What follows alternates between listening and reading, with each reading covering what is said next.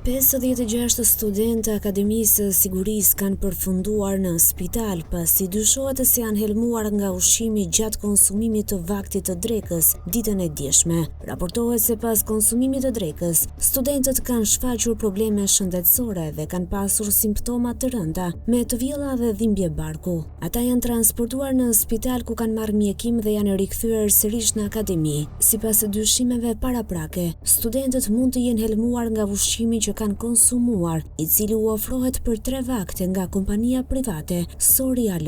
Në njoftimin zyrtar, policia njoftoi se janë arrestuar kuzhinjeri dhe teknologja e kompanisë Catering, ndërsa është shpallur në kërkim administratorja Alma Tafani. Ndërkohë, AKU zbarkoi menjëherë në kompaninë private dhe pas kontrolleve ka bllokuar mbi 150 kg produkte ushqimore, si dhe vendosjen e një gjobe prej 100.000 lekësh ndaj subjektit. Zëri ka siguruar menun ushqimore që kanë konsumuar studentët, ku është konstatuar uthull e kontaminuar me krimba.